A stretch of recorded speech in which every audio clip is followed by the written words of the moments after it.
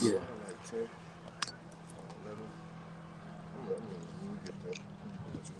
Yeah, Kanye on, bro. God. All right, Shalom. Shalom. What's up, the brothers of Great Millstone, New Orleans, coming at you with another live camp. Before we get started, we're going to give all praises, glory, infinite honors unto Yahweh Ba'Shem Yahushua Ba'Shem Kakadash. love honors to the apostles and the elders of Great Millstone, who taught us the truth and rule well, and peace, blessings, citations be to the hopeful elect, man. All right, and we're going to get straight into it, because there's a lot of controversial topics out there this week. All right, you got Jake talking about, all the nations, certain of the Gentiles can be saved. All right, but that ain't so, man. All right, we here to, first and foremost, did I give double honors?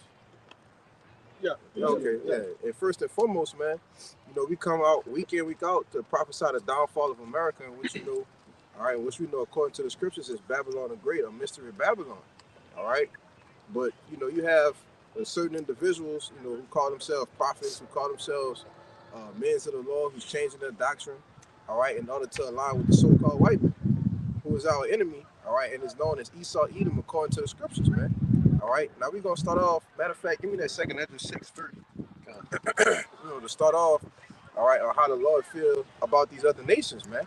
All right, hold on deck, Deuteronomy 7:6.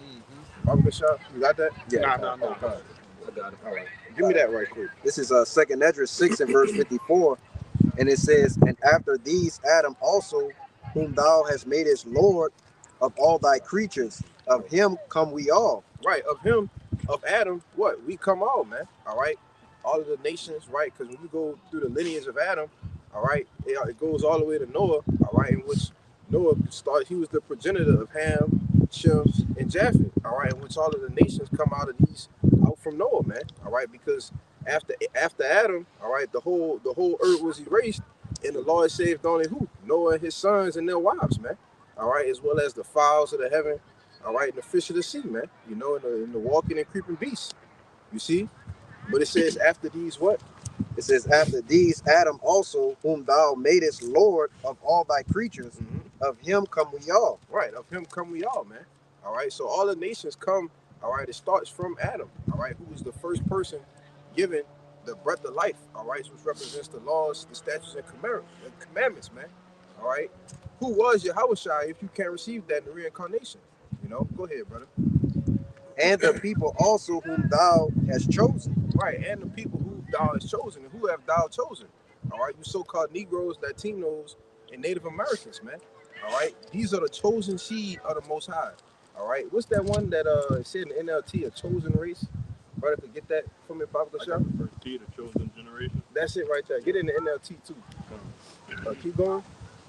Verse 55, and it says, "All this have I spoken before thee, O Lord, because thou madest the world for our sakes." Right, the world was made for our sakes, over whom the Lord is chosen. All right, like I said, you so-called Negroes, Latinos, and Native Americans, who are the Israelites according to the scriptures, man. All right, go ahead. "As for the other people," right, so now he's talking. Let's see who else he's talking about, right? Because we all come from Adam, you got it. But there's others that have come descended from Adam, right? That have descended from Noah. You see? Go ahead. "Which also come of Adam, thou hast said that they are nothing, but be like unto spittle, and has likened the abundance of them unto a drop that falleth from a vessel." Right, so the Lord said he don't give a shit about you other nations, man. All right, he only cares about Israel. All right, the apple of his eye. That's the only nation that he's dealing with. All right, so in the Psalms, the 147 chapter. All right, you got that? Bring it out real quick. This is Psalms 147 and verse 19. And he said, "He showed his word unto Jacob, his statutes and his judgment unto Israel. He have not dealt so with any nation. As for his judgments, they have not known them. Praise ye Yahweh." Right, they haven't known the judgments, and he's never dealt with them, man. That's point blank and period. But bring that out by y'all real quick. This is First Peter chapter 2 and 9 in KJV. It says, "But ye are a chosen generation, a royal priesthood, and holy nation, a peculiar people, that ye should show forth the praises of him who hath called you out of darkness into his marvelous light." Right. It says you're a chosen generation, man. All right, you got it in the NLT? And the NLT says, but you are not like that, for you are a chosen people. You are a royal priest, a holy nation, God's very own possession. God's very own possession, man. Yahweh's very own possession. You see? And it's been like that ever since the time of Moses and forward, man. You know? But go ahead. Okay, I got something. Go ahead.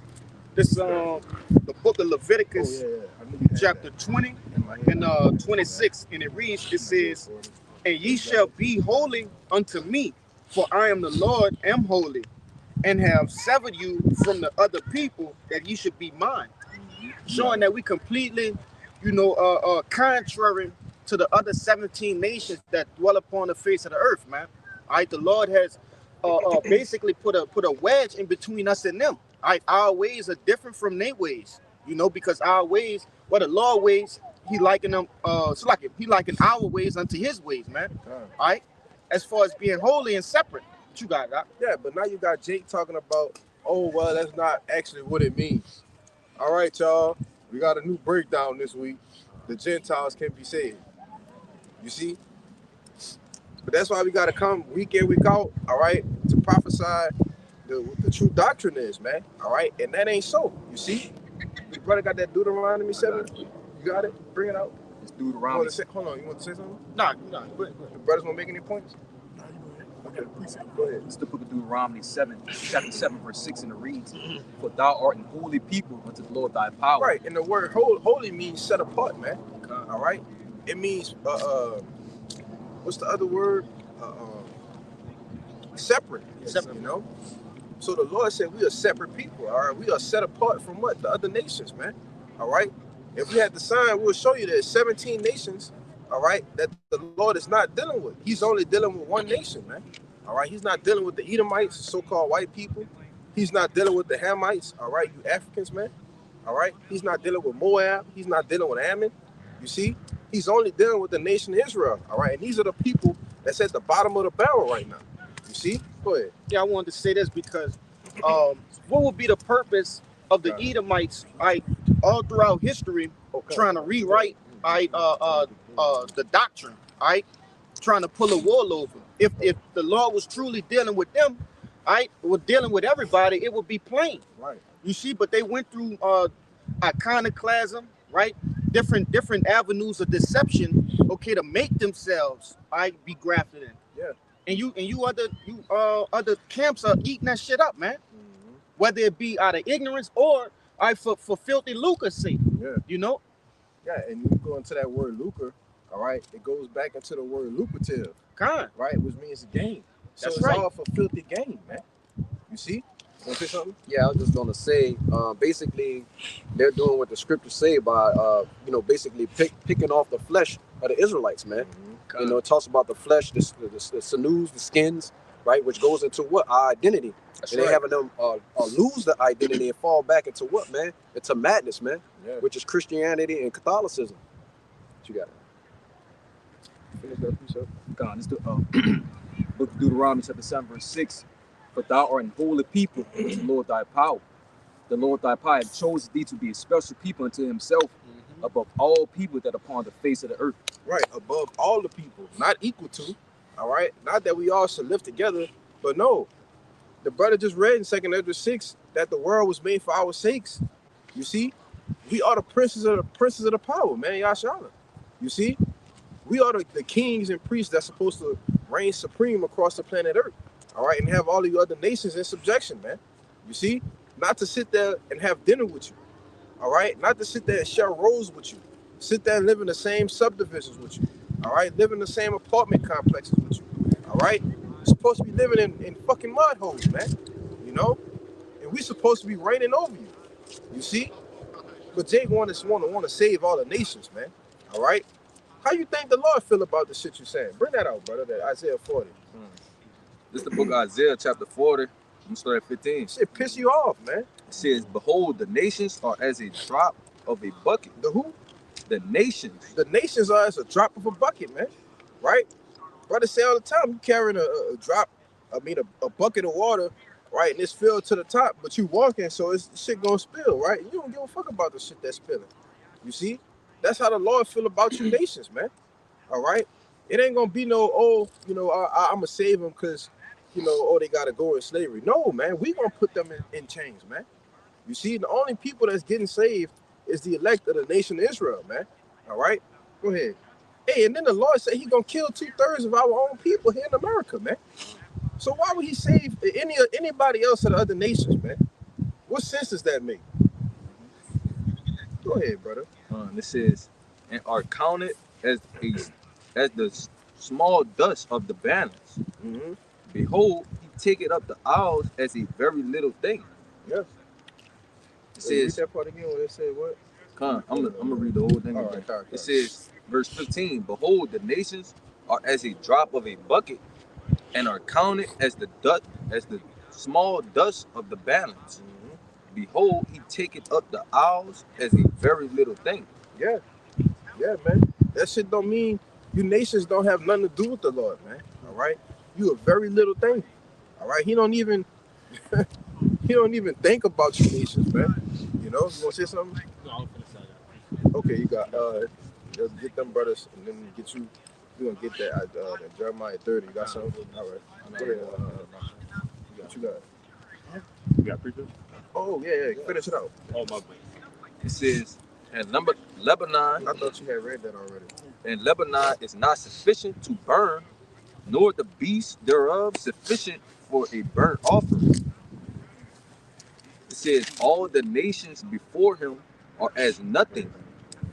It says, all the nations before him are as nothing, and they are counted to him less than nothing, and vanity. Okay? So the Lord don't, like you've been saying, the Lord don't care about these other nations, man. He said count them as less than nothing. Yep. And vanity. Okay? So that's a negative. We can be zero, nothing is zero. But He said to count them less than nothing. So you fucking nations are negative to the Lord, man. You know? You want to say something? Yeah, and it's the Lord is very, peculiar with separating, these people away from us. Right? They're considered as heathen, they're considered as less. So if somebody's considered you less and you're considered as top notch, it has to be a vast difference, and it has to be known that we are different. Right. Right. That's why our brothers always say the Lord is a separatist. He likes to put things in classifications and categories. Right. All right, Israel here, the nations are way under here. All right, even under them, man. You know? Which falls back into the order of things. Exactly. Our Lord is all about order. God. So having a top power and then having a ranking system, that's all about, and that's all through the scripture. Yep. You know how everything operates. And it brings a righteous balance to everything. Right. God, brother. That's a beautiful point. Go ahead, bring your precept up. This is the book of Amos, chapter 3, starting at verse 1. Hear this word that Yahweh has spoken against you, O children of Israel, against the whole family which I brought up from the land of Egypt, saying, you only have I known of all the families of the earth. Therefore I will punish you for all your iniquity. All right. So brother can give me Deuteronomy the 28th chapter, man. All right, because we need to see what are these punishments that the Lord has punished us for.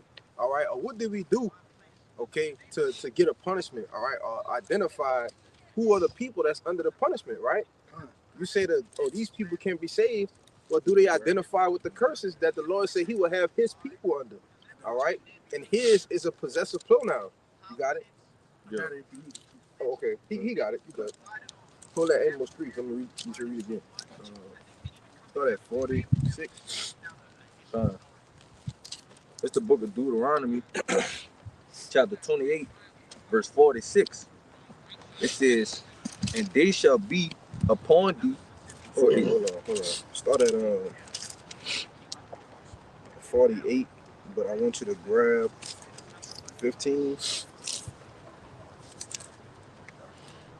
Read 15, and then jump to 48. This Deuteronomy 28 and 15, it says, but it shall come to pass, if thou wilt not hearken unto the voice of the Lord thy God, to observe, to do all his commandments and his statutes, which I command thee this day, that all these curses shall come upon thee and overtake thee.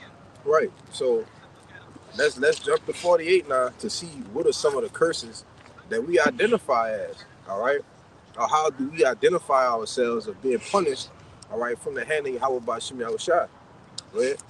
Verse 48, it says, therefore shalt thou serve thine enemies, which the Lord shall send against thee. Right, brother, give me Psalms 83, right? Because Israel don't know that they have enemies, man. All right. It says, therefore shalt thou serve thy enemies. So let's find out who our enemies are. All right. Got something. God, this Psalms 83 in verse 1, it says, keep not thou silence, O power, hold not thy peace, and be not still, O power. For lo, thy enemy making tumult, and they that hate thee have lifted up their head. They have taken crafty counsel against thy people and consulted against the hidden ones. So they said they have taken crafty counsel against our people. Read that, what you just read. Therefore, what? This Deuteronomy 28 and 48 again, it says, therefore thou shalt serve thine enemies, which the Lord shall send against thee, in hunger and in thirst, in nakedness, and in want of all things. And he shall put a yoke of iron upon thy neck until he hath destroyed thee. Right, which represents us being put in slavery, man. All right. When you have to serve your enemy for the one of all things, all right, and he has put a yoke, all right, which is a heavy burden upon you until what? You've totally been destroyed, right? Well, this was a crafty counsel, all right, starting with who? Keep going, brother. And it says in verse 4, they have said, come and let us cut them off from being a nation, that the name of Israel may be no more in remembrance. Right, and this is the counsel that they took, all right, all in one together. You see? All to do what? Cut us off from being a nation, which is parallel with what? Us being destroyed, man. You see? And we are totally destroyed as a people. All right? Go ahead. For they have consulted together with one consent, they are confederate against thee. Right. Who?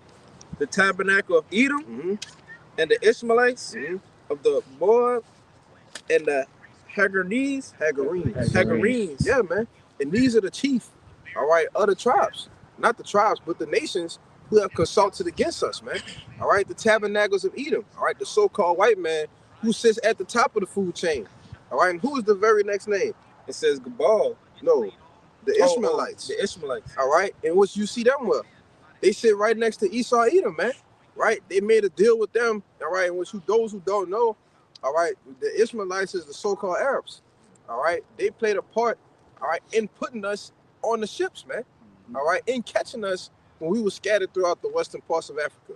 You see, they were known as slavers or slave catchers. You see, and as a part of the deal, they have what? The gas stations. You see, they control the oil, the gas supply here in the U.S., man. All right, that's why you see them at all your local corner stores. All right, all of your clothing stores, all you jigs go to and try to shop from, right? Where you buy your shoes from. You see, because that's a piece of the pie that they got from Esau, Edom. All right, and all was a part of putting us and cutting us off from being a nation, man. You see? Go ahead, brother. What was the next name? It says of Moab. Right, and the Moab is so-called Chinese, man. Right, in which they have a piece in what? Who's always in the nail shops? Right? Who's always in the massage parlors and shit? Getting massages because what? They back and shit hurt. You know, they feet hurt because we just wore out from working. You see? It's Jake, man. All right, the so-called black woman. All right, the Native American woman. Right, the Latino woman. All right, they always gotta have their pretty, you know, the hands and feet done, man. You know. And these are all the pieces of the pie that these nations got. All right, just from cutting us off from being a nation, man. You see. And now you teaching that these people could be saved? Are you out of your mind, man? You know? Go ahead. I want to say too, yeah, like basically, you're going to salvation, and what that word, the meaning, it means deliverance from our enemies. Yeah. You know what I'm saying? So it's like, and then another day too, like, what the heathens got to be saved from? They're not catching no hell, like Scripture say, they not as trouble as other men. That's right. You know? So what's the point? Yeah, what's the point of being saved for? You know, we need saving. We need deliverance. You know what I'm saying? Because, hey, we catching hell, man. And that's why this brother's still holding that Deuteronomy 28. Mm-hmm. You see, because we're the ones that are destroyed. You see what I'm saying? Yeah. I see it's balling on you. Yeah, just because you said Moab of all people, they're the wash pot. They're a wash pot, yeah. Psalm 60 and 8. Like I was just damn it. I jumped off. Y'all hold it right there. Psalm 68 real quick just to explain that. Moab is my wash pot. Moab is my wash pot. Come on, man. Over Edom when I cast out my shoe, Philistia triumphed out because of me. But the point is, Moab is my wash pot. So we talking about people who still do their job to this fucking day. You know, they still scrubbing toes, scrubbing feet. Yeah. You know, in the thing. But come on, man. It's like they the lowest of the low. Yeah. Like you want them to be saved with us? Crazy. Crazy, bro. Let's finish this out. That was it for that.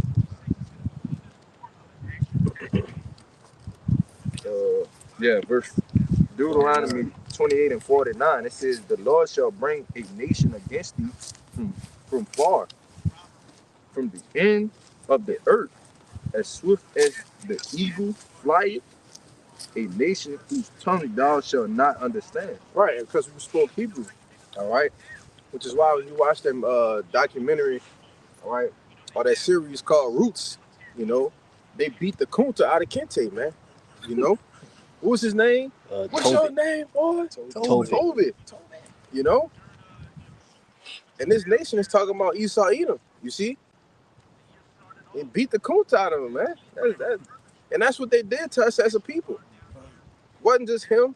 That was an example for you Jakes to know and understand what they did to us as a people. All right, especially you so-called Negroes, man.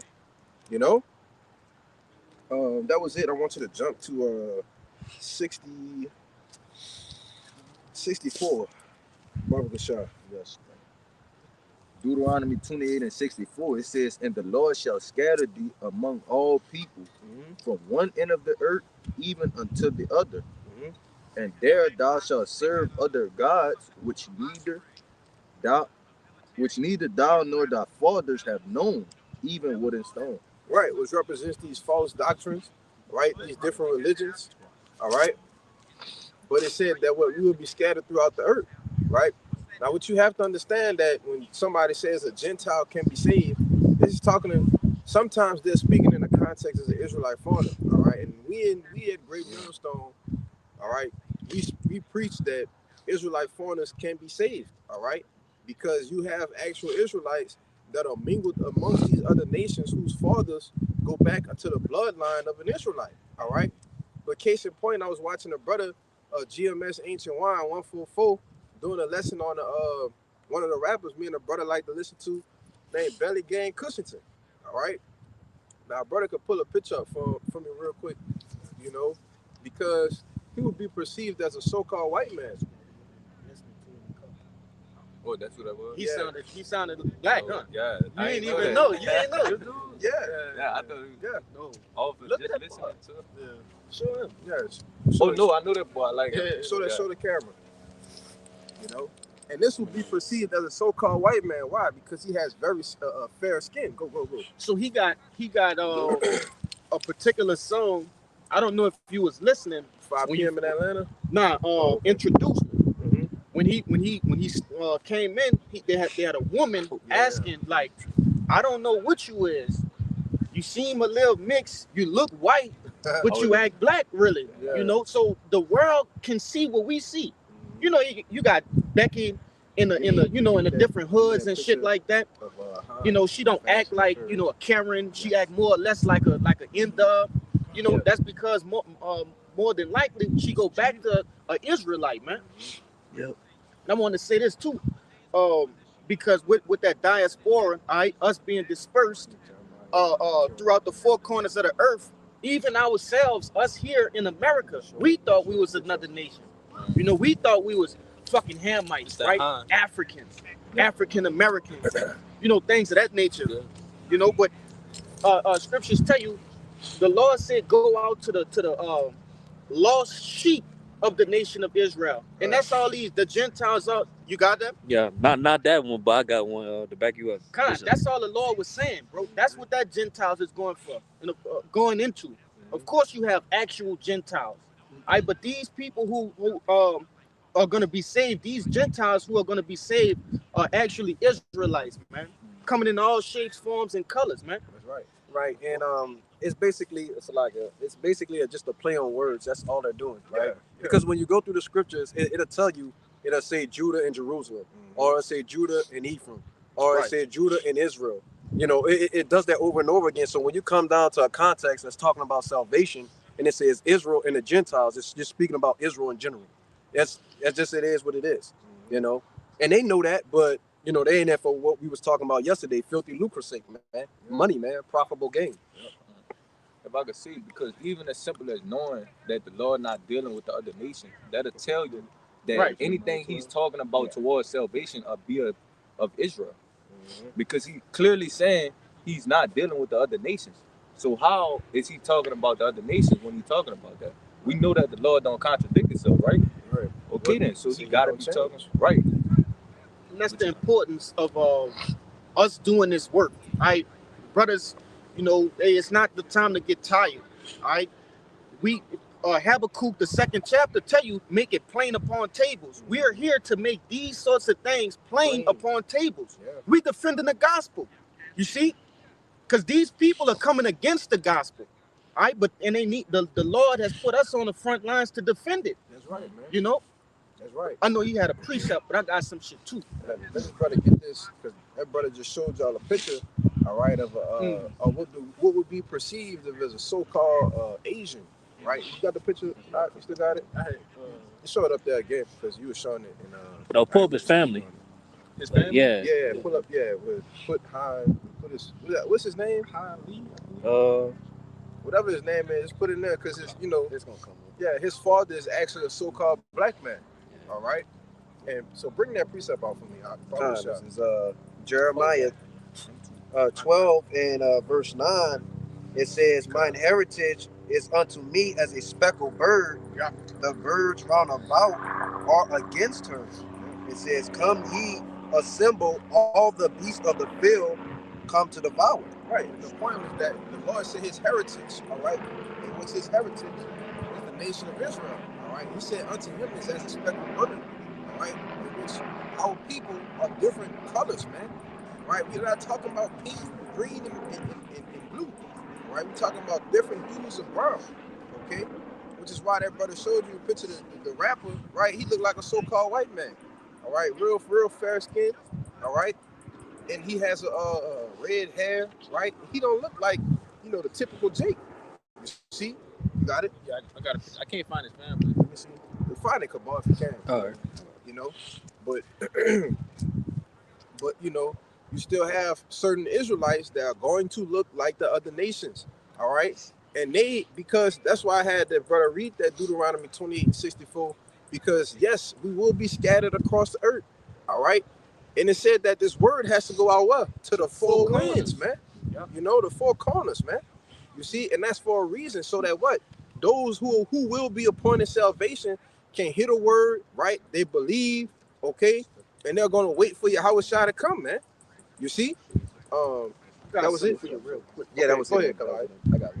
This you got something, right? Yeah. Okay. This just to back up what you were saying, I got one more too. It's this Hosea chapter 7 and 8. Hold on, real quick. Go ahead. Show that picture, Kabal. Right, you can see, because you can see, you know, look at his pops. Come on, man. Clearly a G. All right, but you can see why the Lord has the scattering of the Lord's chosen seed, man. You see, but go ahead, This Hosea chapter 7 and verse 8. It says, Ephraim, he had mixed himself among the people. Yes. Ephraim is a cake not turned. You see, and ultimately, when you mix yourself amongst these other nations, right? These lighter skin complexions and things of that nature, over the course of time, that lineage starts to become more lighter and lighter and lighter. And while and simultaneously, they're picking up more of those customs that are native to that land. That's right. All right. You got, man, a lot of Vietnamese people, are actually Jakes. You know, but like the brother said, across the whole four corners of the earth, man, you got Israelites that look like so-called Indians, right? With the red dot. So-called Moabites, right? Edomites. All right, they look like these different nations. Okay, but they're I'm trying to their genetics go back to Israel, man. Yeah. You know, but I had one more for the back you up too, bro.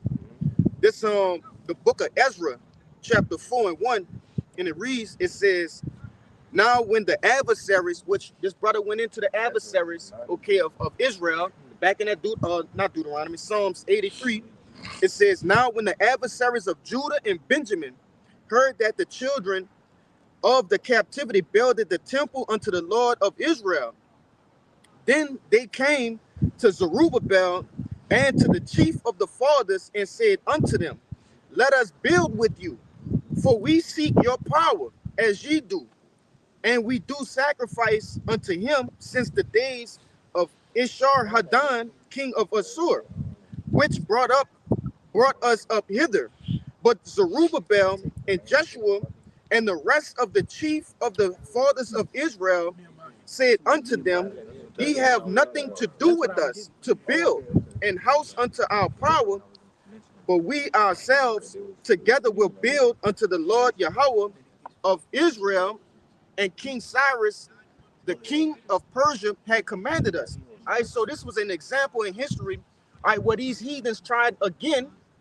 All right, they once before tried to get a piece, all right, of building with us, man. That's crazy, bro. And what are we into right now? We're built.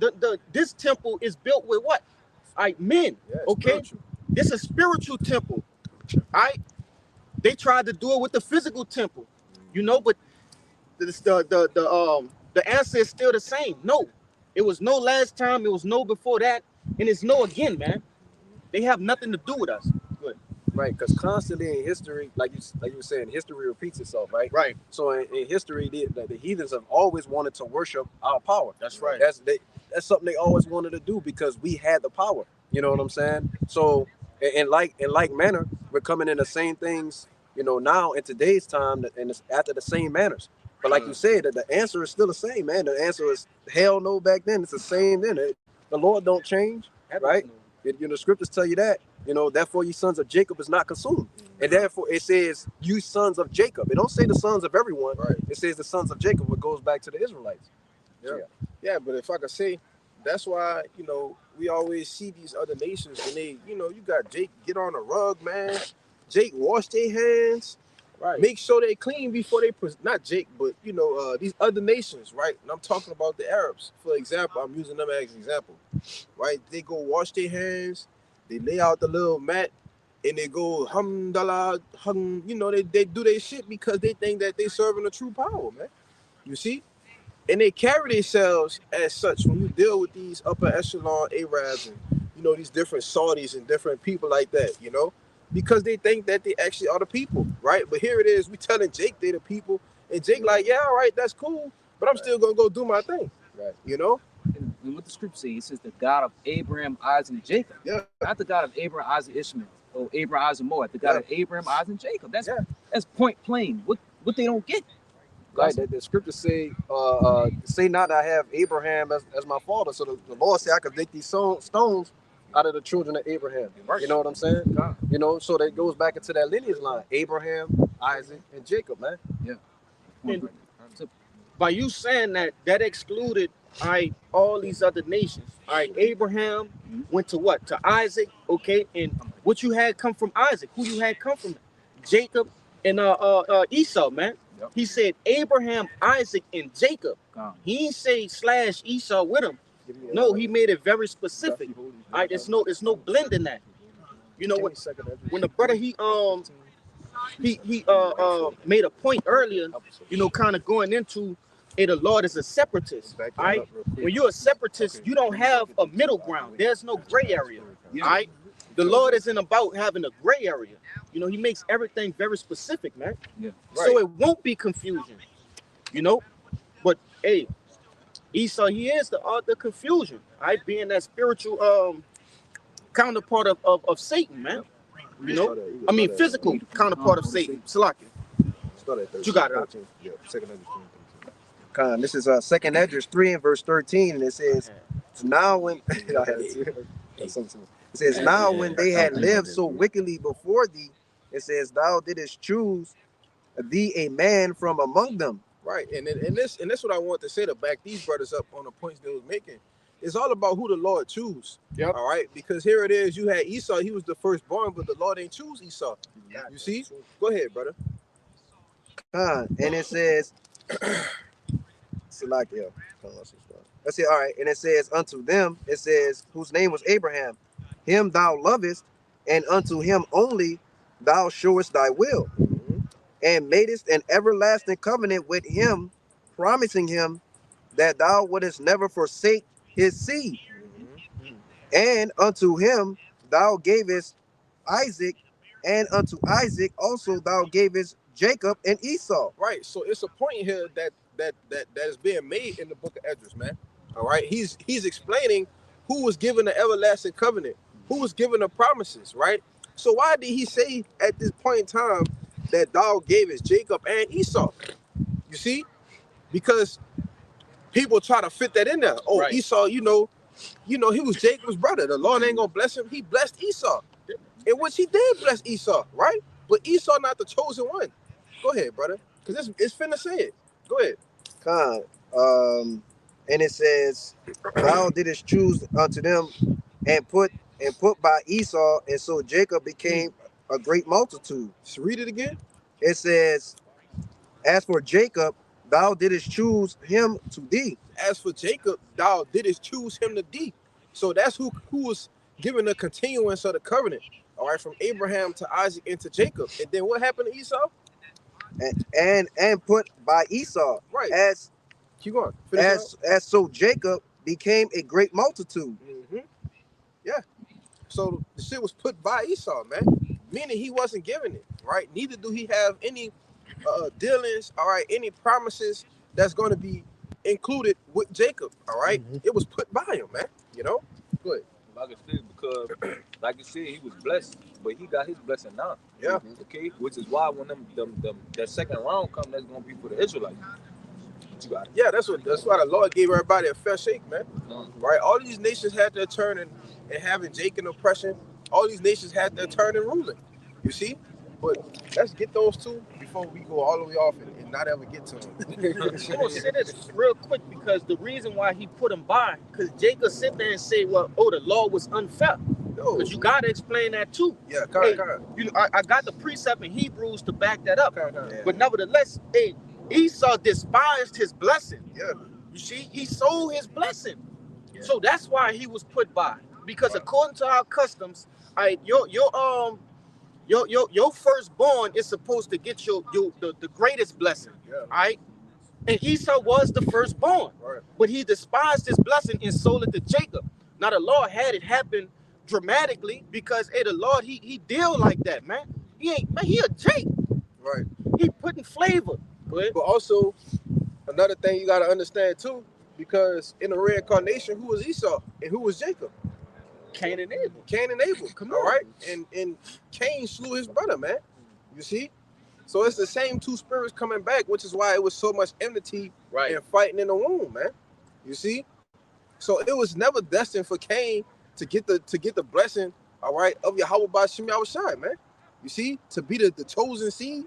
You think the Lord gonna do that? And then when you think about his mindset as Cain, look what his sacrifice was. His sacrifice was unacceptable. It wasn't acceptable, man.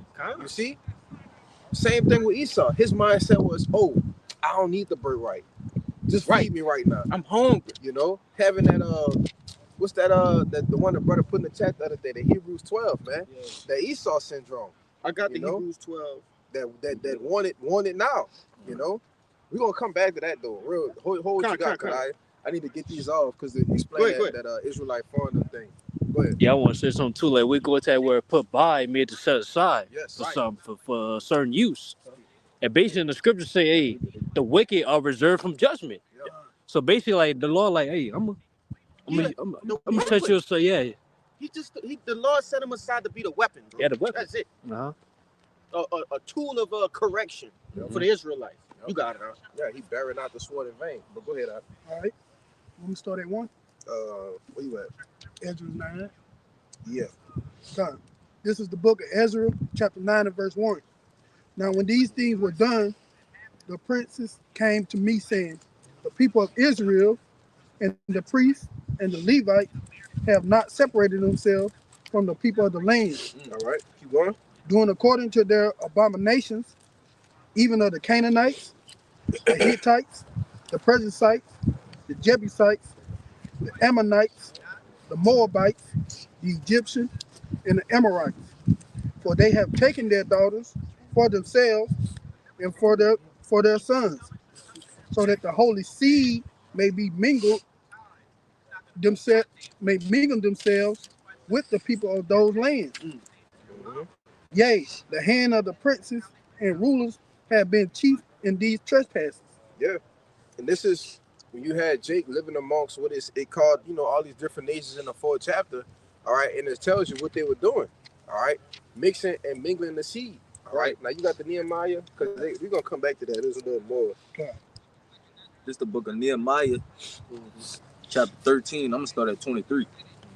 It says, in those days also saw I Jews that had married wives of Ashdod, of Ammon, and of Moab. Right, it was these are different nations, man. All right, Ashdod is dealing with, you know, the Amalekites. All right, who are Edomites, man. All right, you have who's it? Ammon, Moab. Oh yeah. You see, these nations were meant to be concubines. All right, that's nothing more, nothing less. All right, it's a concubine. Right, your wife is only supposed to be an Israelite woman. You see, why do you think the Lord out of one nation created 12 tribes, man? You see, because there is. Listen, brother, we men. When you deal with the tribes, brother, it's all different flavors. Me personally, I don't need to deal with the other nations at all.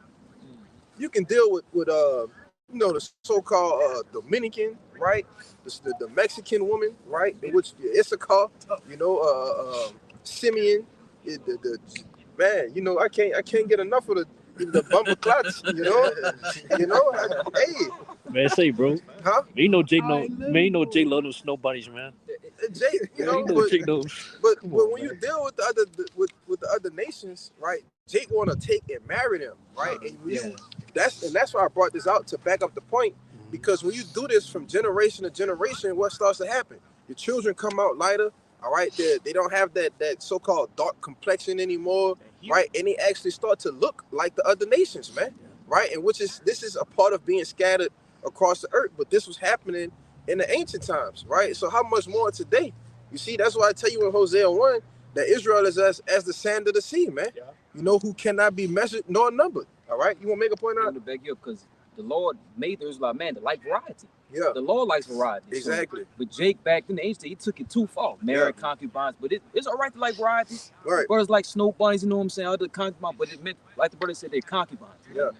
You got it out. Because you start to lose your heritage, man. That's the point. You start to serve other gods, and we got the perfect example, which was who? King Solomon. I was just gonna say that, man.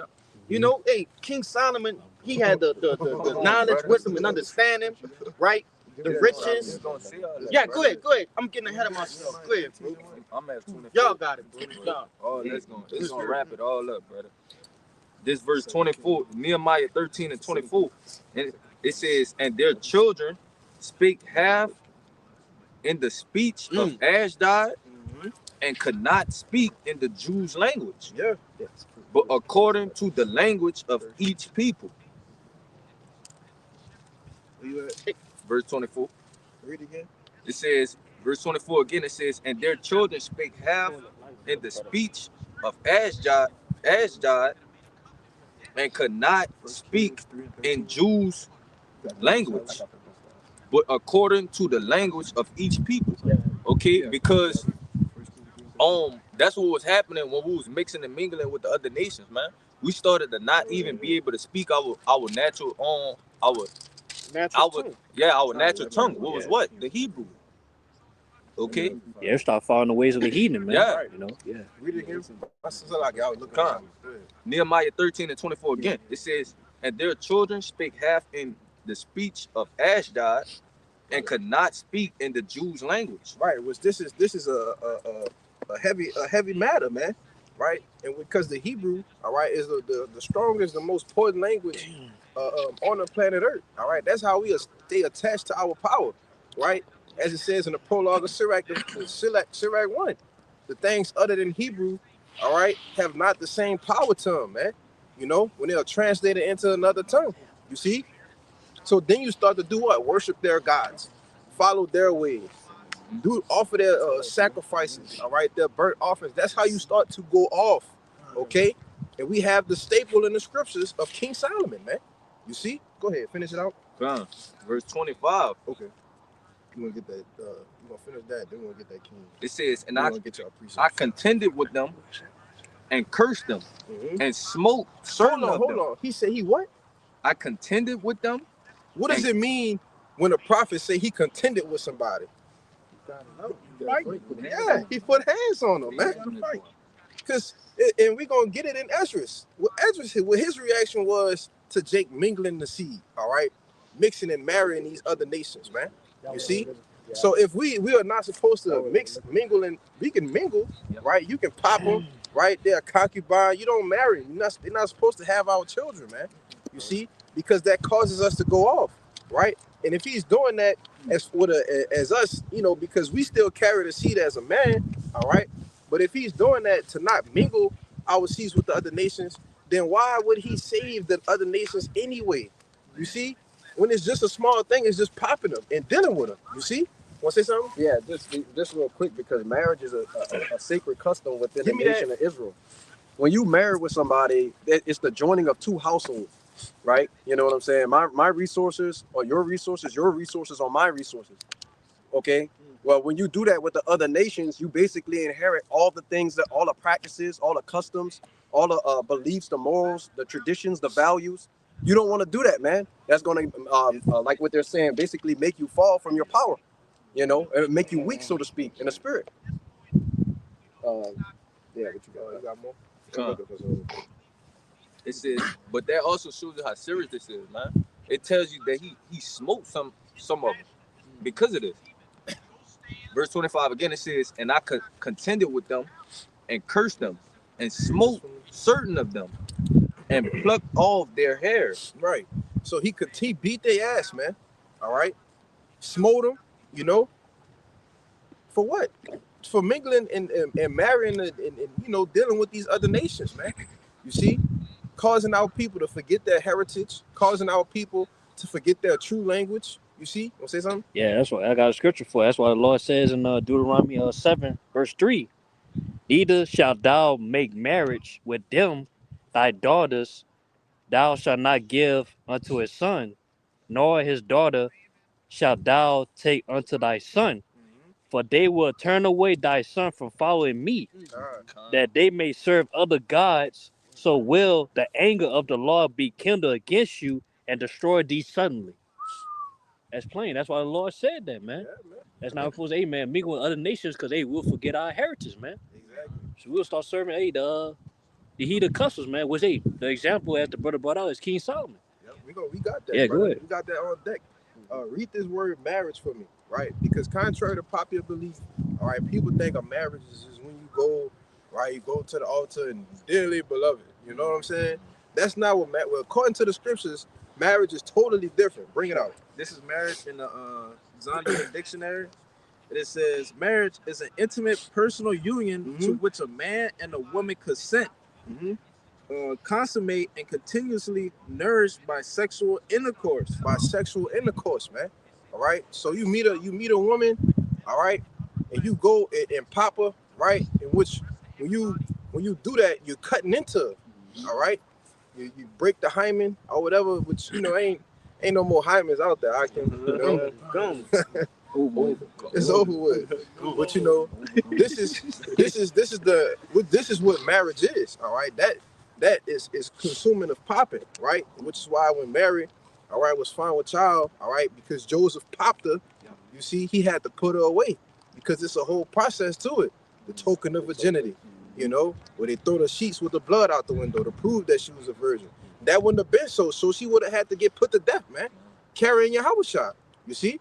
But I want to say this because you know when I read that that Leviticus, you see that I think it was Leviticus 20, 21, but nevertheless it's showing you how serious the law, statutes, and commandments is, and how how serious us being separate from these other nations is, man. All right, hey, these things are punishable by death. We talking about now. Look at our people. They gone. Yeah, I was just gonna say, because look at the level we at now. Off of mingling with the nations, dealing with the nations, we at this low point that the Lord got to come back and save us. Come, this Nehemiah 13:25. It says, "I contended with them and cursed them, and smote certain of them, and plucked off their hairs, and made them swear by the Most High, saying, Ye shall not give your daughters unto their sons, nor take their daughters unto your sons, or for yourselves." Verse 26, it says, "Did not Solomon, king of Israel, sin by these things?" Question mark.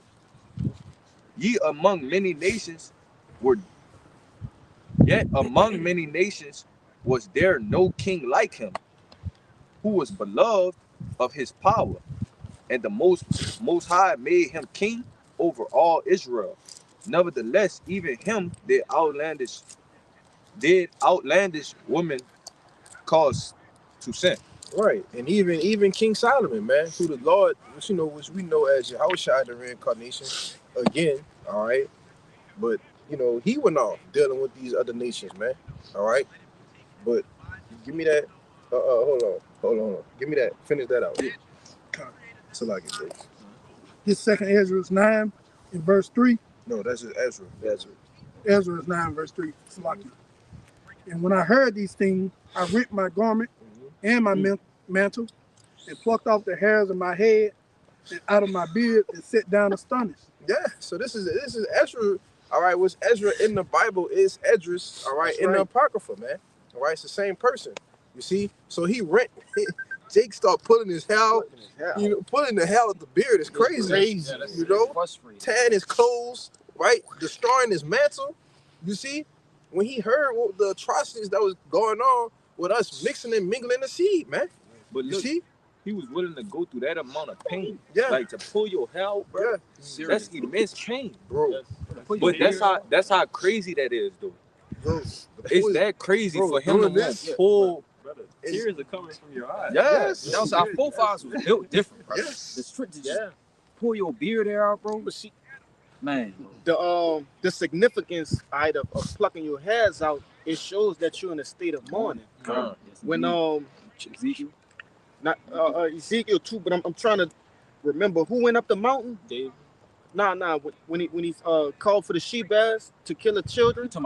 Elisha plucked out all his hairs, and it was telling him what? Go up, thou bald head. Go up, because he was lamenting for Elijah. You see, so when you see in the scripture somebody plucking out their hairs, that's not just a random act. It's showing you that they're in mourning. It's a visual representation of that. Yeah, and I just want to add on to you, which goes to show that they knew what happened. They saw what happened. They said, "Go up too. Why don't you go up there with them?" You know what I'm saying? But instead, you down here. You know what I'm saying? Hey, that was a good point, because you just sparked in my head. That's also part of the customs. If we take over another nation's land, concubine take a woman, she's supposed to shave her head to lament. And a pair of nails too. Yeah. Bring out that concubine. Bring it out, brother.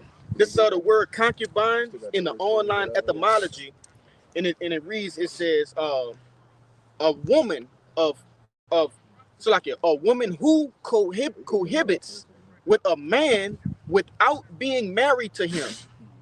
You see, when you go down, it says also recognized by law, a wife of inferior condition, a secondary wife. It says one who lives unmarried with a married man or woman. Oh, but that's adultery, right? See, but they don't understand the scriptures, man. Yeah, an Israelite man is supposed to have more than one woman, man.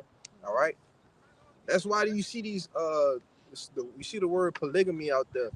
All right, because they're understanding that the woman is understanding that they can't just do this by themselves, man. All right, it was never intended for it to be that way anyway, But the Israelite man is supposed to have more than one wife. All right, when I say a wife, talking about an Israelite woman, okay? He can have, as what? Solomon had what? 1,000 wives, man. You see? And it was nothing. 700 and 300 concubines. Right. It was 1,000 in total. Yeah. That's what I'm thinking about. Let me bring this last little part out. It says the word itself from concumbere, to lie with, to lie together, to cohabit. You see, so what you mean? What it mean to lie down? I didn't mean to, to have sex, man. Yeah. But it's telling you that this is an unmarried woman. Right. And the be that means she don't have a man. That's right. Man. A man has a woman, okay, but a woman can only have one man. A man can have multiple women. That's right. But go ahead and make your point. Because even if because this is a very simple thing to know. Yeah. Because it's obviously way more women than men. Exactly. So how would it even be possible for one woman per man? That's not even sensible, man. Can I add one thing to you, brother? And the other thing you have to add to it, women can only have one birth, a year. I was thinking that, man. So if you have one birth a year, you may have twins, you may have triplets or whatever. But if you're talking about Solomon that had that 1,000 overall of the women that he's dealing with, that's 1,000 plus children that could be born in that year. So that leads to being fruitful and multiplying, rather than one woman and one man. That's again, it goes back and lessen the numbers. A man got a whole nation in his loins, man. Yes. He got millions and millions of sperma in his loins. But I just wanted to bring that out. Why would the Lord make that? Why would he reproduce? Yeah, to conquer. Yeah. You see, that's what it means to that's what we all about, man. Yeah. All right, we're conquerors. Go ahead, Art. You want to say something? No. I was gonna say just real quick, because contrary to popular belief, what did they do in the world, man? They made basically life about the woman. Right, you know what I'm saying? When a man is the one who really gives the life. That's right. Okay, and a woman is really they're not made to lay down every single day, man. You know what I'm saying? They be on a period, like you say, you be pregnant, you can't even have intercourse or sex, during those time periods. So we know what the being fruitful and multiplying applies to. It applies to the man, man. Yep. That's why a man can have sex multiple times a day. That's right. Even though that's you're not supposed to do that. That's unclean. If you try to have sex with different women every day, but that's to each his own. Go ahead. You want to do that shit? Do that shit, man. We're not promoting it though. This is Ezra 9:4. Then were assembled unto me everyone that trembled at the word of the power of Israel, because of the transgression of those that had been carried away. Right, and so this was a transgression, man. All right, as a brother brought it out in Deuteronomy 7:3. You see, and when you go into the word Deuteronomy, it just basically means a second reiteration of the law. The word duet means two, or the second. All right, so it's a second reiteration of what we should and shouldn't do. You see, just because it ain't in Leviticus, it's not the law. No, the law is all over the scriptures, man. Yeah, we. Yeah, that was pretty much it right there. Oh yeah, I was gonna say too. You going to that word precept? It means commandment in etymology, man. You gotta do. I want to get this first. This is 1 Corinthians 12:1, and it says, "Now concerning the spiritual gifts, brethren, I would not have you ignorant. Ye know that ye were Gentiles carried away unto these dumb idols, even as you were led." Pretty much going into us being mingled with these heathens and taking on their own customs and stuff like that. Messing up the heritage on the way down. This is the reason why we became these so-called Gentiles. But we could get that. Let me get that 1 Kings 11. This is 1 Kings 11:1, and it says, "But unto King Solomon loved many strange women, together with the daughters of Pharaoh, women of Moabites, Ammonites, Edomites, Sidonians, Hittites, and of the nations which concern Yahweh, said unto the children of Israel, Ye should not go in unto them, neither shall they come in unto you. For you surely they will turn you away your heart after their gods. Solomon clave unto these in love, and he had 700 wives, princesses, and 300 concubines, and the wise turned away his heart. Yeah, and that's what happens, man. Right? They say he had Edomites, right? He had who else? Sidonians. That's all the nations, man. Yeah. He had women from all the nations, man. Variety. They tell you his fame went through all the land. Yeah. What Bathsheba did when she came to that place? She passed out. Yeah. You know, so they was coming to see him, bang, gifts. Queen of Sheba. Yeah, Salakia. Not Bathsheba, Queen of Sheba. You know, she came bearing gifts, and you know, and that's how these other nations come, you know, yeah. But you got it, huh? That was. I want to say too, because you always got some bozo who would say, well, that child is a heathen because we mess with concubine women. No, that's an Israelite man, and he lay with a heathen woman. That child still could be Israelite because the seed of the father. Pursue the Numbers 1:18. I was holding that. I was holding it. Go ahead. It's the book of Numbers, chapter 1, verse 18. It reads, "And they assemble all the congregation together on the first day of the second month, and they declared their pedigrees after their families by the house of their fathers, according to the number of the names from 20 years old and upward by the polls." Right, which is why when you read Romans 1 and 3, they tell you that Yahushua was made of the seed of David. Yep. All right? Because that word seed is sperma. All right? That's what determines, all right, what you put in a woman, that's what determines what is birthed out, man. All right? It's your sperm is your seed, man. Right? This is why most of the children get their good looks from their parents, man. You know? But I had to throw that in there. That's funny. No, that's real shit though. Yeah. It's a real study. You know, scientists say 100% of the children get their looks from their fathers. You know, even though you have, you know, I look like my mother. You know, but I still have all of you know the seed of my father, man. You know. Go ahead. But that's basic biology because the predominant, you know, gene or DNA, you know, it's gonna go after that. It's not gonna go after the weaker one. Like with the eye color, if you have predominantly black eye and then you have like a light color eye, the black color is gonna take over because it's predominant.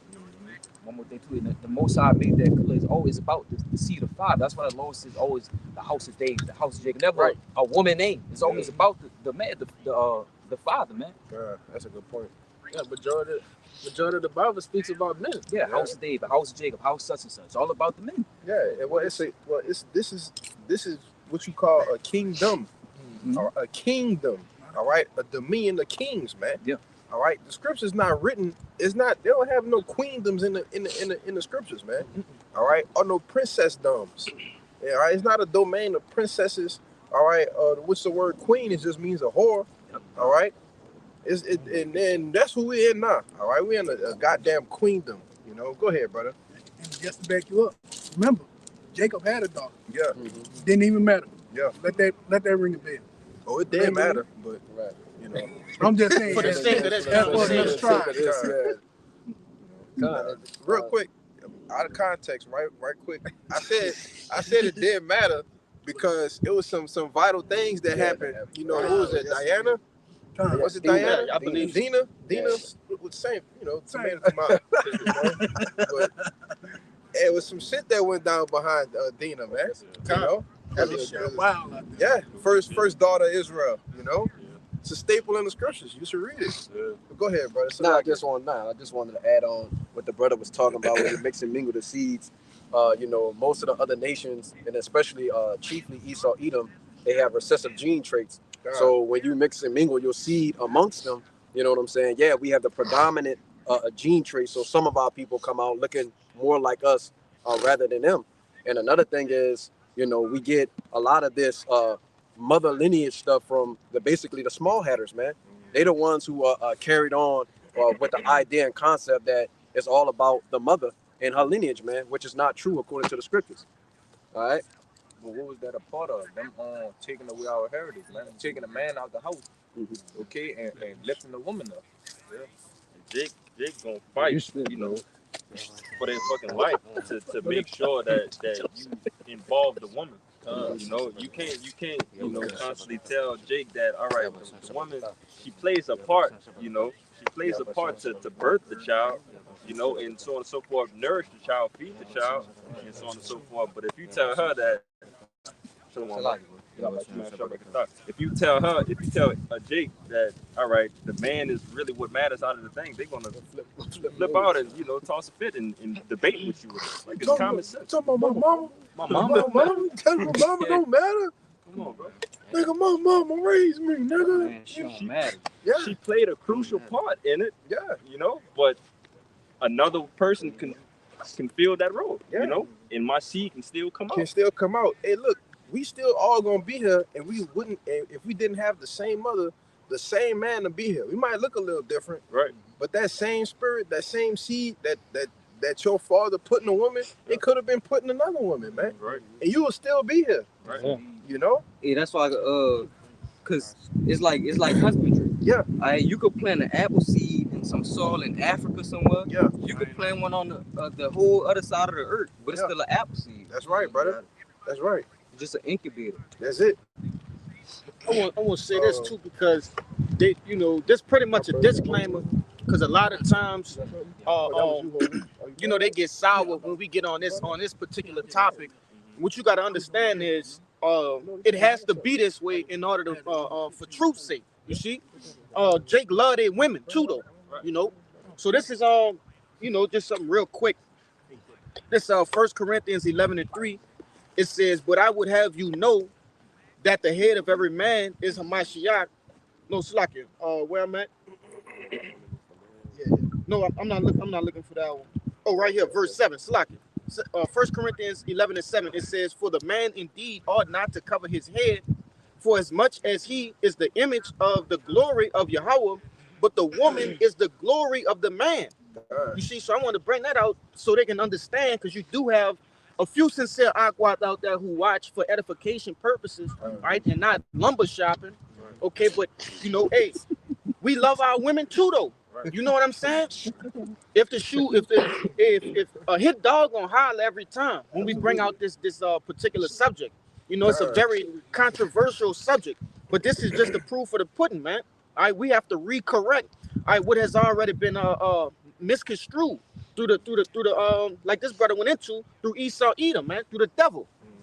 Go ahead. Yeah, but that's why it's another known fact that men, all right, or daughters, sons or daughters that's raised by their father, it's like a 3 out of 4 possibility that they'll have a more successful rate in life versus being raised by their mothers.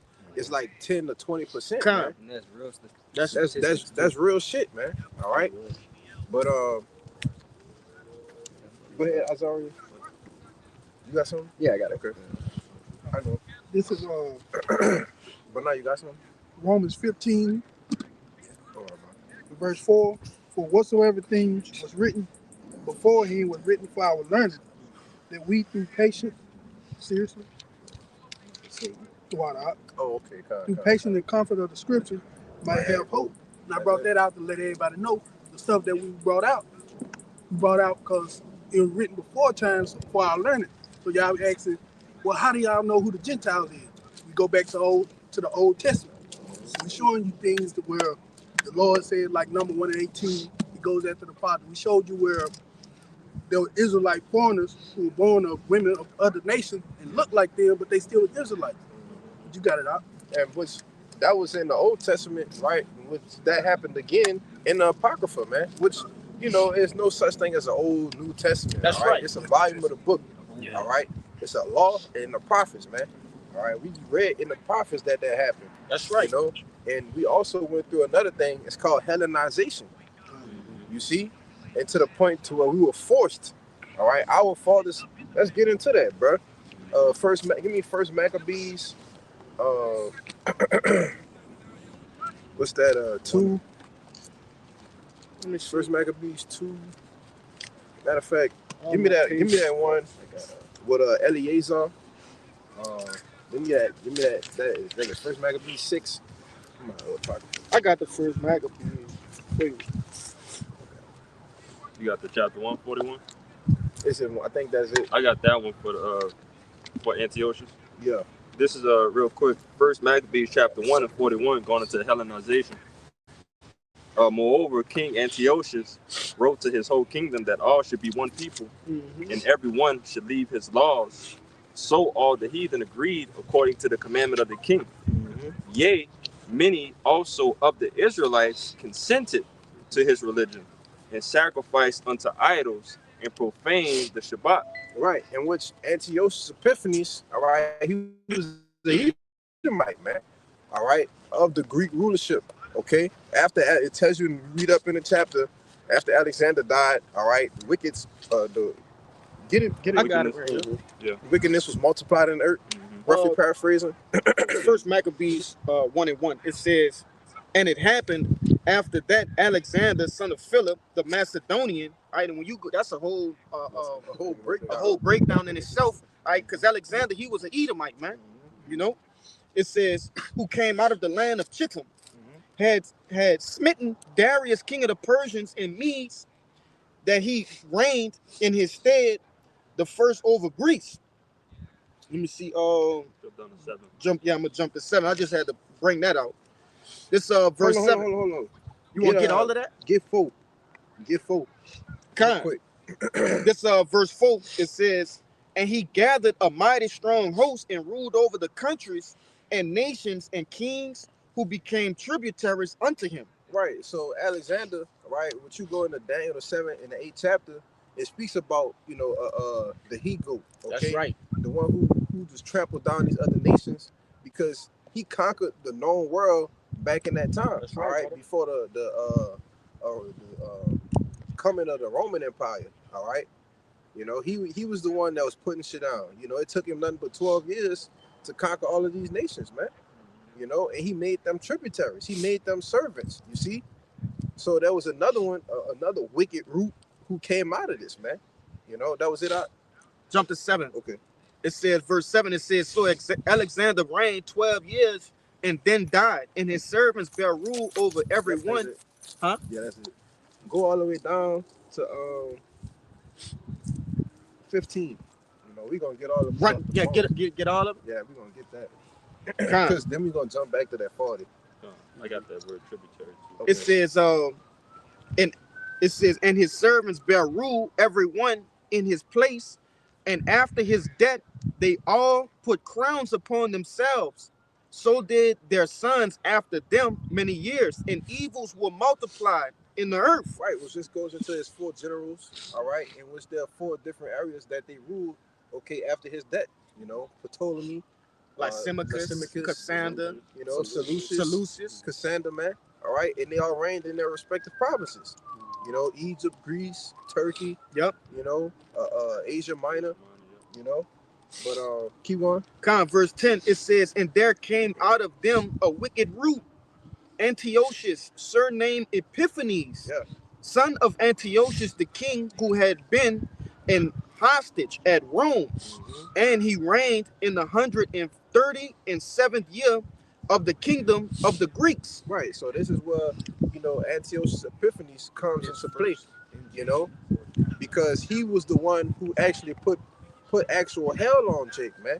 All right, because under the Persians, it was a bit of grace. It was Darius that allowed us to, rebuild the King Cyrus that Cyrus allowed us, rebuild the temple, But under this guy, he was just like, nah, fuck all that. He was like, man, we gonna put hell on these Jakes, all right? And if they don't do what I say, it's off with their head, man. We're gonna get that, because that 10 was the point, but we can go to 15 if you want. Yeah, we might as well get that too, because it's heavy too. Verse 11, it says, in those days went there out of Israel wicked men who persuaded many, saying, let us go and make a covenant with the heathen that are round about us, for since we it says, for since we departed from them, we have had much sorrow. So this device pleased them well. Then certain of the people were so forward therein So like herein that they went to the king who gave them license to do after the ordinance of the heathen. So you had basically you know, these Israelites who was turning people over, right, into Greeks. You see, through persuasion, they were persuading them. They're like, hey, they coming against us so hard that we might as well just do what they say. You know, instead of you know, dying on your sword like a man. It says, verse 14, it says, whereupon they built a place of exercise at Jerusalem, according to the custom of the heathen, and made themselves uncircumcised and forsook the holy covenant and joined themselves to the heathen and were sold to do mischief. Right, in that place of exercise, right, that's the gym, right, which that word gym goes in the gymnos, right, and they basically just was working out completely nude, man, right, yeah, bucket naked, man, you know, and participating, you know, in different orgies and things of that nature, which will trickle down to what you see today. That's why when Jake go to these different gyms and workout places, Planet Fitness, you know, places like that, everybody is wearing skin tight shit. People's shirts are off. You know, you see, Shawty got the moose knuckle out. Like you could just see everything, man. Because that was the origin of it, and it said it done it after heathen customs. You know, when you go into the ancient Greek, a lot of they was into open freakism. You know, there were open bathhouses where, you know, women and men would shower and take, you know, baths together, man. Different things of that nature. So, and they done this in Jerusalem. They brought that weird ass shit to Jerusalem, you know. But you got it, Quashab. I just wanted to bring that up. You want me? Can I get that word real quick? Yeah, go ahead, get the word and jump to the border. This was that tributary back in the earlier, I forget exactly what verse, but earlier in that first Maccabees chapter 1, it says tributary in the noun, it says a person, country, or etc. owing obedience or paying tribute or a tax to a sovereign or another people in acknowledgement of submission. So being in the acknowledgement of submission. So in other words of that Hellenization, that word Hellenization is it's a get down or lay down. You know, so if you're not getting down with their customs, so on and so forth, they're going off with your head. All right, which many of our people fought, you know, to not allow that to happen. But a lot of our people got down with the program, which pissed the Lord off even more. And what's that word Hellenization goes, you know, into a couple of different words, which goes back into Hellene, which means Greek. Right. All right. So they basically Greekanized us, man. Right. Right. Which is why you have Jake all into the Greek mythology, you know, doing the Q-dog shit, you know, all that shit that goes back to the Greco-Roman Empire, man. Hey, that literally was what it was, though. The Hellenization was the forcing of Greek customs on our people. Yeah. You got it, Bayan. Back to that first Maccabees chapter 1 and 41, it says, moreover, King Antiochus wrote to his whole kingdom that all should be one people, and everyone should leave his laws. Yes. So that's what the forcing part comes in. All right. He said he wrote a letter, but it wasn't asking, hey, you guys, do you think we should all just come together and just, you know, do the same high holy days? And no, man. He said, nah, look, this is what I'm about to do, and y'all gonna do it. All right. And if y'all don't do it, it's gonna be consequences and repercussions, man. Go ahead. Wasn't it, I believe further down, it might have been before with was it Matthias? They got pissed off at the Jake going up there to listen to him, and ended up slaying him down before he got up to the altar. On sight. Yeah. Jake wasn't playing. But first Maccabees 1 and 42 again, it says, and everyone should leave his laws. So all the heathen agreed according to the commandment of the king. Yea, many also of the Israelites consented to his religion, and sacrificed unto idols and profane the Shabbat. For the king had sent letters by messengers unto Jerusalem and the cities of Judah that they should follow the strange laws of the land. Where you at? 44. 1 and 44. Jump to just keep going. It says, and forbid burnt offerings and sacrifice and drink offerings in the temple, and that they should profane the Shabbats and festival days, and pollute the sanctuary and holy people. Right. So this is the forcing. All right. Like they literally said, look, don't keep no Sabbaths.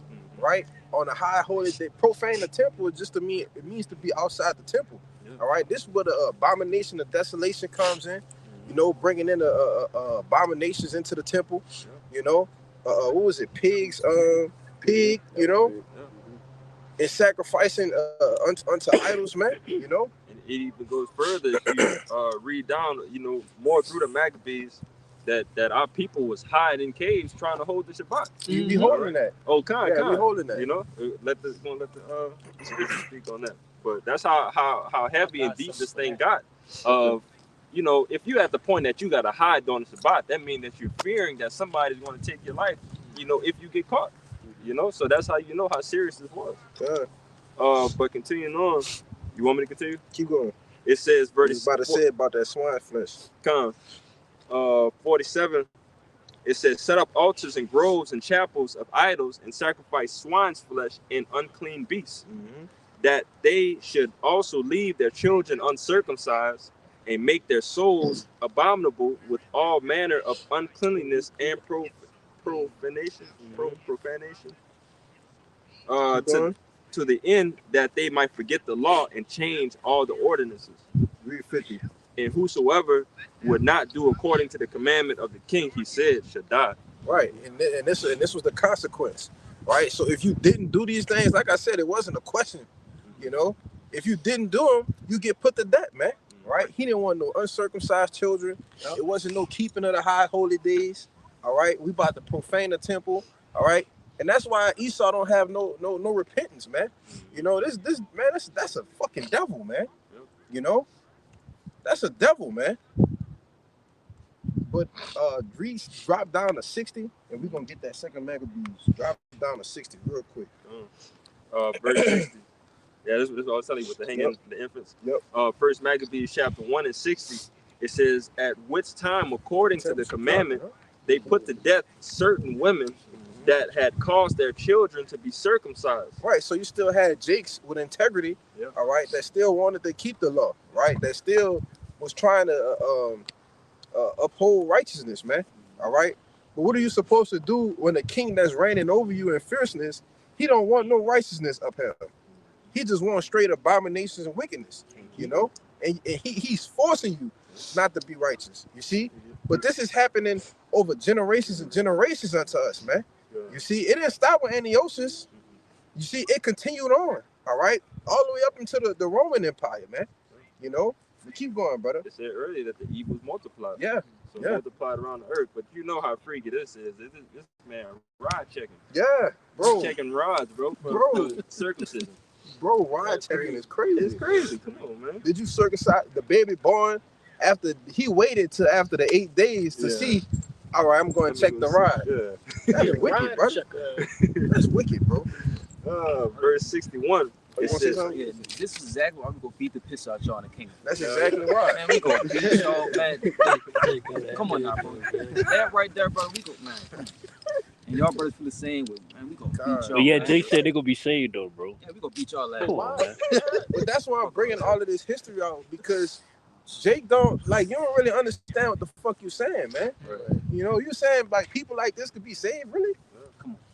Hey, but the time changed, man.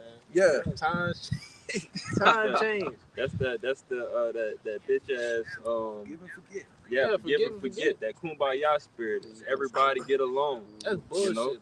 No, that's not gonna be it, man. And the Most High required past, man. Exactly. Because we bringing out the past. Come on, man. But First Maccabees chapter 1 and 61, it says, and they hanged the infants about their necks, and rifled their houses, and slew them that had circumcised them. Howbeit. So wait, real quick, because that's just for circumcising. You hanging infants, man. Come on, man. You see? But this is the atrocities that these people have done against our people, man. All right? And there's going to be a judgment written for that shit, man.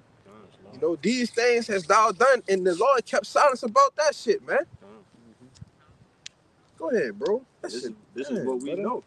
This is written down. And then we got other things that we hear from word to mouth, or probably could see pictures, you know, of things that they could show us. But it's even worse than that. What the hell it was done to our people?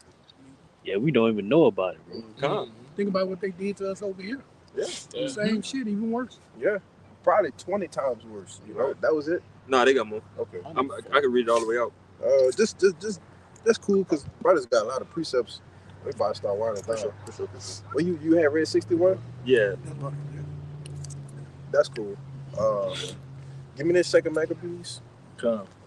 That's cool. So like, that's cool. This is the book of 2 Maccabees, chapter 6, verse 6. It says, neither was it lawful for a man to keep the Sabbath days or ancient feasts. Right. So this is another reiteration on what was going on.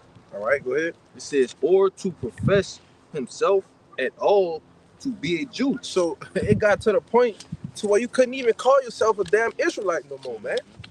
All right. It wasn't lawful to say, "Oh, I'm a Jew. I'm of the tribe of Judah. I'm a tribe of Levi. I'm a tribe of Benjamin." That wasn't even lawful. But they could be saved though, right? Go ahead, brother.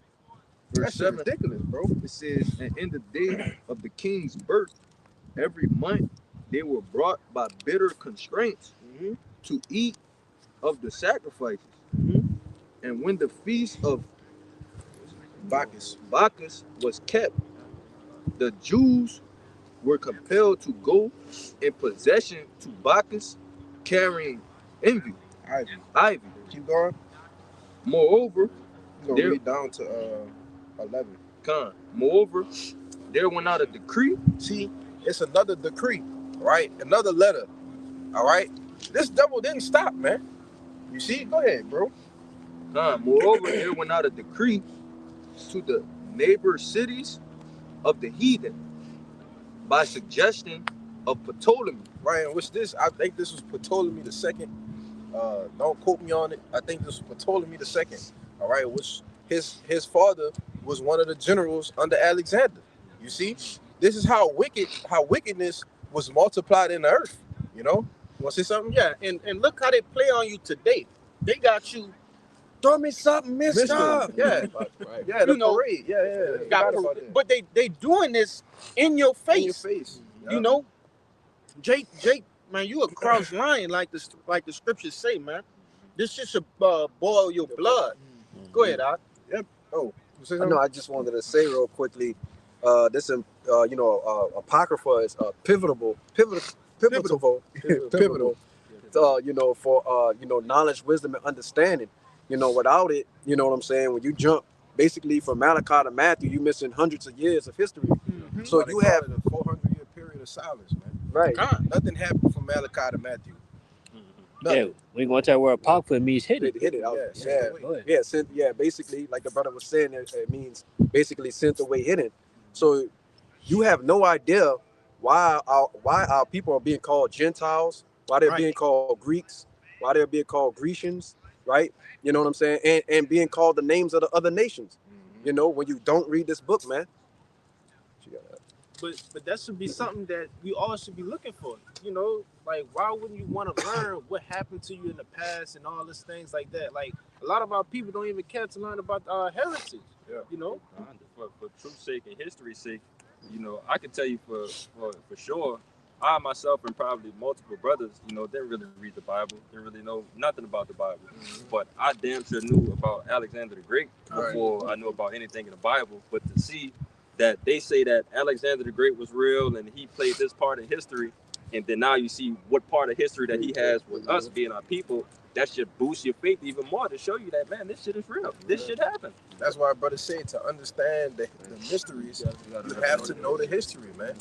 Go ahead. And it's crazy how all that shit link up together. Like, it's just so bizarre. It's not even bizarre, but it's just mind-boggling how you could really go to the scriptures and line everything up. It really got everything written down in one book. Yeah, past, future, and present, man. Right. That's why every week, year in, year out, this is always the #1 selling book. In the world. Only the elect can obtain it, man. Only the elect can obtain it. That's why Romans 11 tell you that.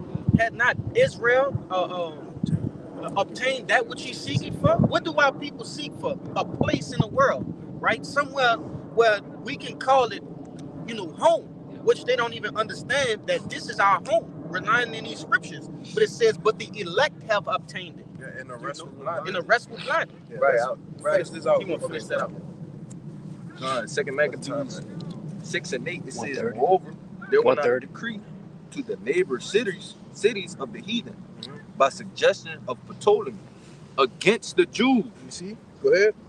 That they should observe the same fashions and be partakers of their sacrifice. And whoso would not conform themselves to the manners of the Gentiles should be put to death. Then might a man have seen the present misery. Right, and just to make a quick clarification, this is talking about the heathen. All right, these Gentiles are talking about the heathen, man. All right, it's not talking about Israelite foreigners who was making them do this. No, it's talking about the Grecians. All right, who were Edomites. Go ahead. For there were 2 women brought who had circumcised their children, who when they had openly let round about the city, the babes hanging at their breasts, they cast them down headlong from the well. And others that had run together into the cave nearby to keep the Shabbat day secretly, being discovered to Philip, were all burnt together, because they made a conscience to help themselves for the honor of the most sacred day. Right. So you have people just trying to keep the Shabbat. We just want to keep the Shabbat. And what happened to them? They were burnt to a fucking crisp, man. This is the atrocities committed by the so-called white man. All right. This is the hell that he put on our people. You see? What? I said, who you trying to save? Yeah, who you trying to save, man? But this is what happens when you get presented with a bag, all right? Just to continue in this society. Go ahead with your precept. Get y'all 2 brothers. And then we're going to end it out with that. It says, woe unto them that decree unrighteous decrees, and that right grievousness which they have prescribed. And these precepts that the brothers been bringing out, those is unrighteous decrees, man. Yeah. Right? And it says, woe unto them. Right? So death and destruction. You gonna tell me Esau got repentance, man? Don't make no sense. Come on. Go ahead, Kalai. Go ahead. Yeah. I'm gonna get this out of the book of Esther, because you have a certain feast day, basically called Purim, which means the Feast of Lots, and it's gonna go into specifically, what happened, and what's the judgment.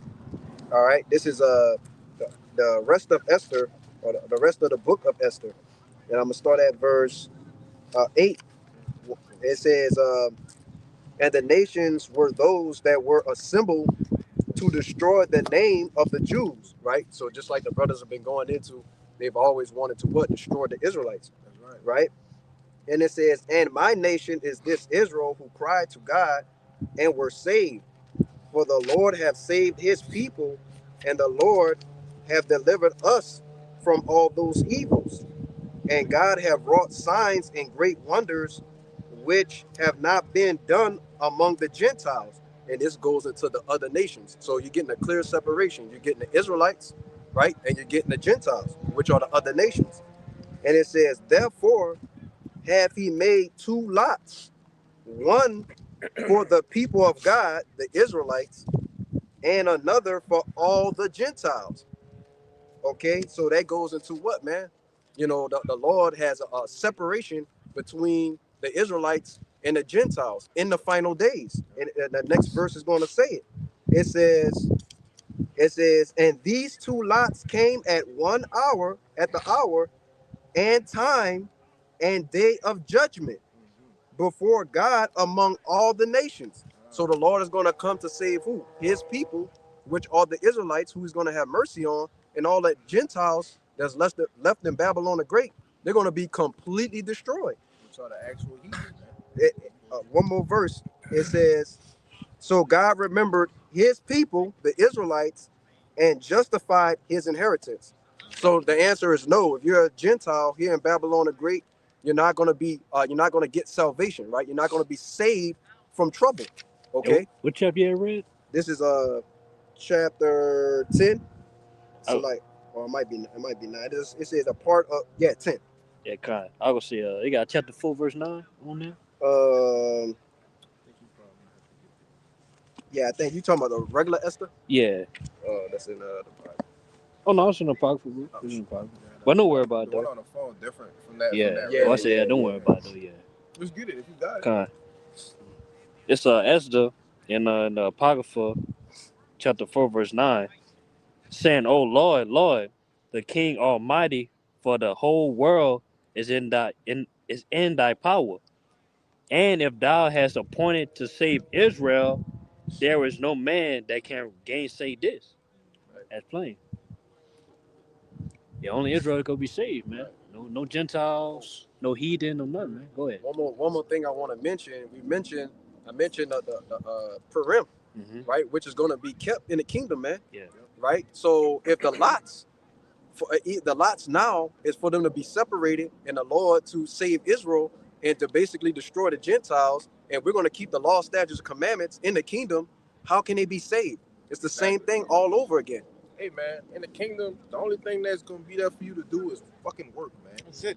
You know, that's the only thing that's gonna be. That's one thing we know for sure. It's gonna be work for you, man. Continual employment. All right.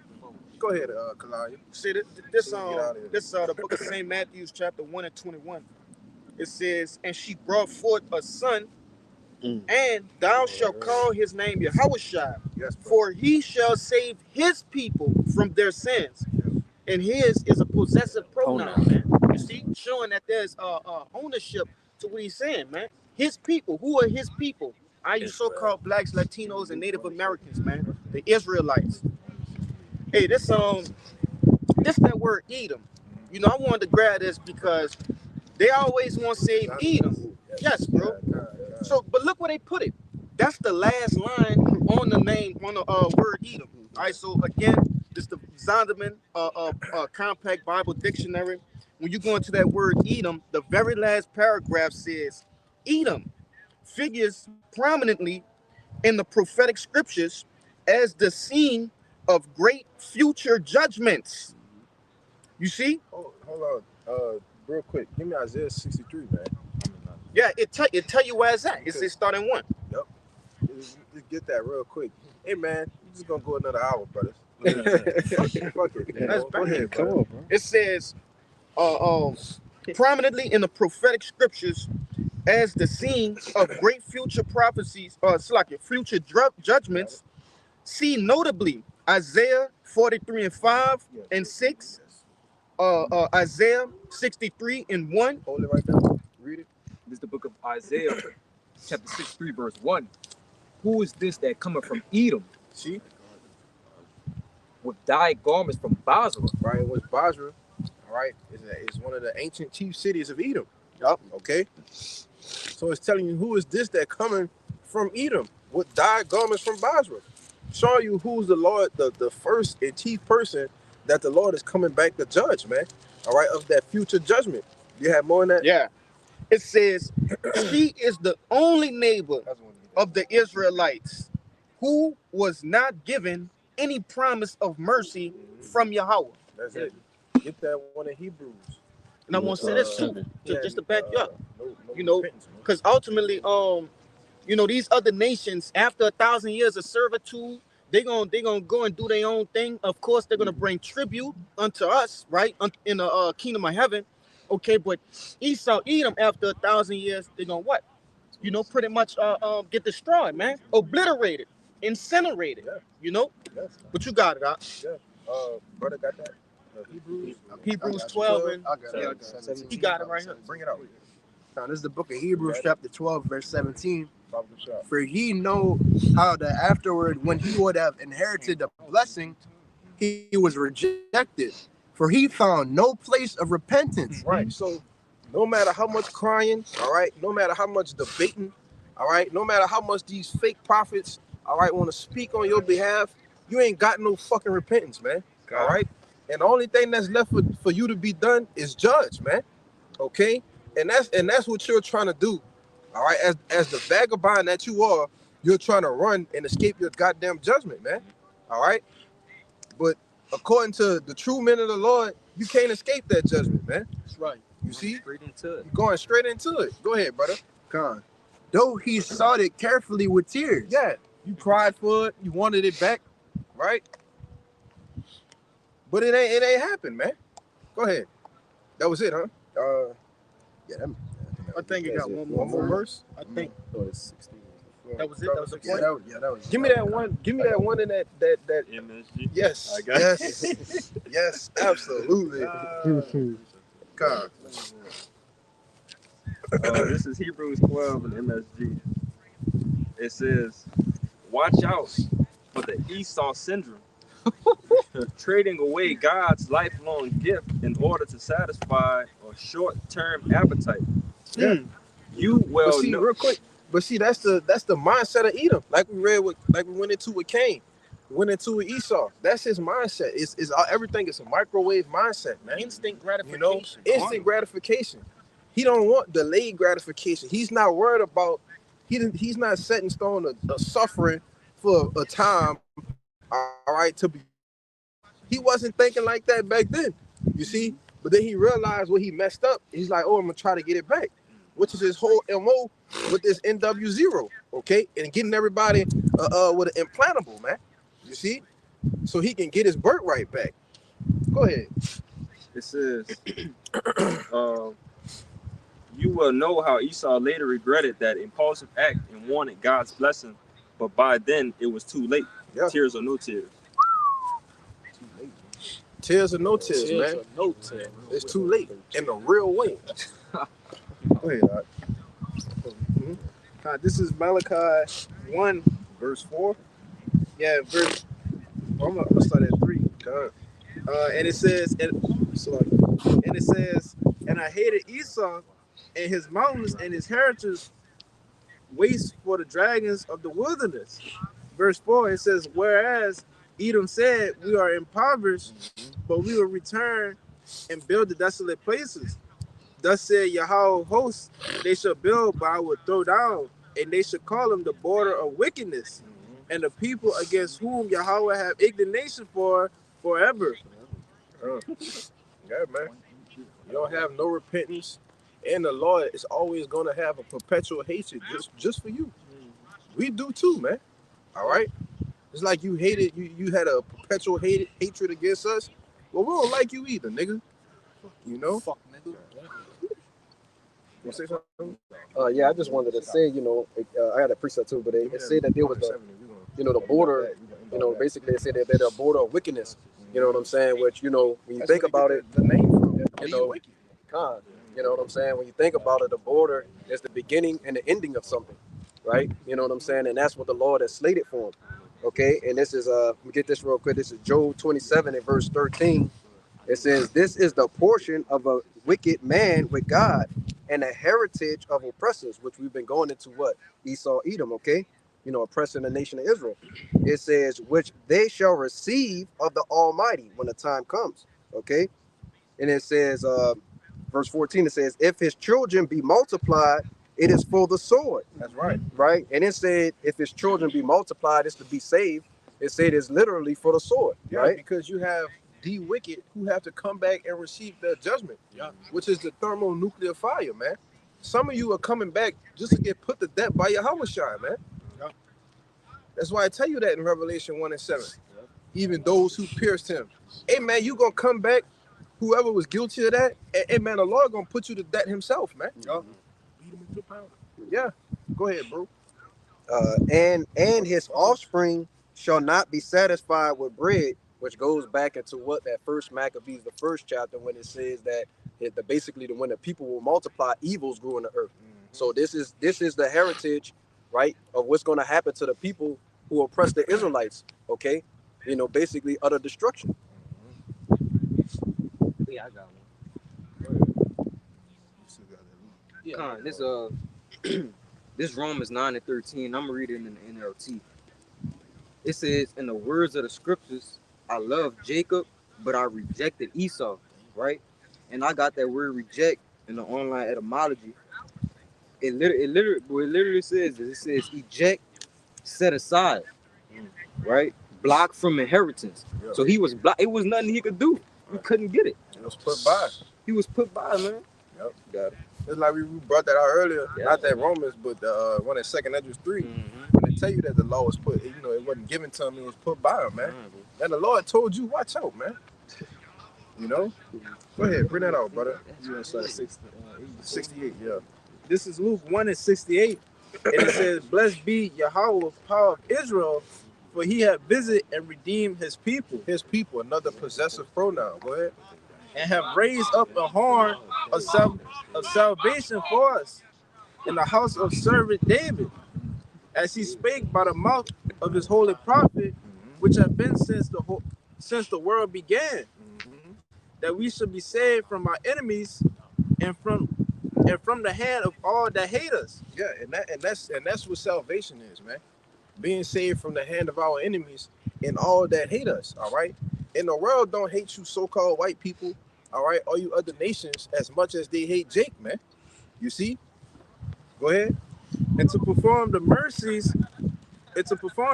promised to our fathers, and to remember his holy covenant, the oath which he swore to our father Abraham, that he would grant unto us, that we, being delivered out of the hands of our enemies, might serve him without fear. Yeah, man. And that's what salvation is, all right? And that's only going to be for you so-called Negroes, Latinos, and Native Americans that's of the elect, all right? The Israel of the Most High, you know? But go ahead. I'm closing on that, bro. This is the book of John, chapter 4, verse 22. It says, "Ye worship, ye know not what.